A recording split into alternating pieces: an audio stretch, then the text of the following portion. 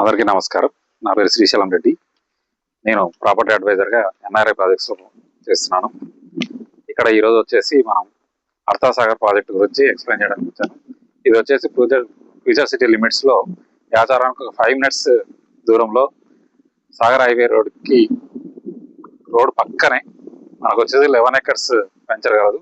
దీని డెవలప్మెంట్స్ విషయాన్ని చూసుకున్నట్టయితే మెయిన్ రోడ్ కనెక్టివిటీ వచ్చేసి 40 feet సీసీ రోడ్, అదేవిధంగా ఇంటర్నల్ రోడ్స్ అన్ని కూడా 33 feet రోడ్స్ ఉన్నాయి.